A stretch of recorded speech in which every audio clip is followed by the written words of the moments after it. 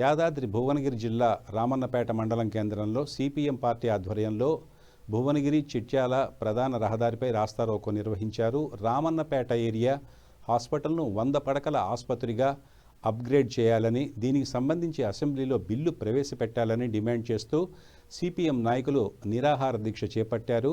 కొన్ని రోజులుగా సాగుతున్నప్పటికీ ఈ నిరాహార దీక్ష మంచి స్పందన రావడంతో ఆందోళన మరింత ఉధృతం చేస్తామని అన్నారు. 3 రోజులుగా దీక్ష కొనసాగుతున్నప్పటికీ ప్రభుత్వం నుంచి స్పందన రాకపోవడంతో ఆందోళన మరింత ఉధృతమైంది. ఈ నేపథ్యంలో నాయకులు రోడ్డుపై బైఠాయించి నిరసన చేపట్టడంతో భువనగిరి చిట్యాల రోడ్డుపై భారీగా ట్రాఫిక్ జామ్ ఏర్పడింది. సమాచారం అందుకున్న పోలీసులు ఘటనా స్థలానికి చేరుకుని సిపిఎం నాయకులతో చర్చలు జరిపారు. జిల్లా కలెక్టర్తో మాట్లాడతామని హామీ ఇవ్వడంతో ఆందోళనకారులు తమ నిరసనను విరమించారు.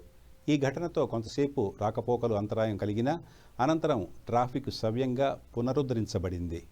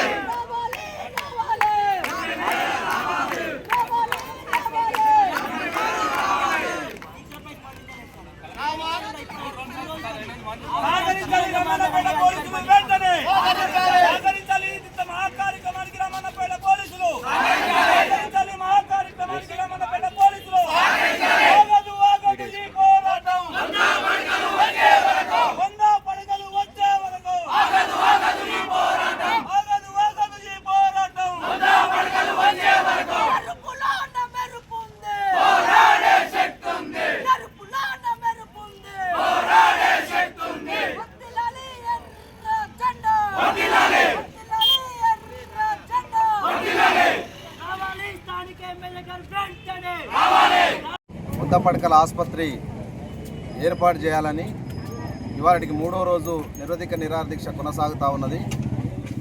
ఈ దీక్ష కొనసాగుతున్నటువంటి సందర్భంగా ఇవాళ ప్రజల మద్దతు కూడా అనేక మద్దతు సంఘీభావం కూడా తెలియజేస్తూ ఉన్నారు.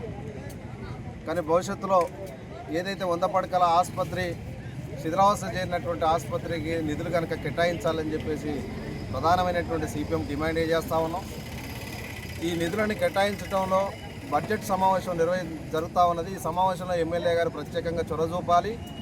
ఈ రామన్నపేట ప్రాంతంకు సంబంధించినటువంటి పేదలు ఆరోగ్యం విషయంలో ఇంకా వెనుకబడ్డారు. ఇవాళ ప్రభుత్వ ఆసుపత్రిలో కాకుండా ప్రైవేట్ ఆసుపత్రిలో అనేక డబ్బులు వెచ్చించి ఇలా వైద్యం చేసుకునేటువంటి పరిస్థితి ఉంది. కాబట్టి వెంటనే దీన్ని 100 పడకల ఆసుపత్రికి సంబంధించినటువంటి అసెంబ్లీ నుంచి వెళ్ళి ప్రకటన చేయాలి. భవిష్యత్తులో కనుక ఇలాంటి ప్రకటన చేయకుండా మళ్ళీ పేదలను ప్రజలను ఈ ప్రాంత ప్రజలను మోసం చేయాలనేటువంటి పరిస్థితే కనుక వస్తే ఈ ప్రాంతం ప్రజలందరూ కూడా సమీకరిస్తాం. అట్లాగే రామన్నపేట మండలానికి మొత్తం కూడా బంద్ పిలిపించేటటువంటి ప్రయత్నం కూడా భవిష్యత్తులో చేస్తాం.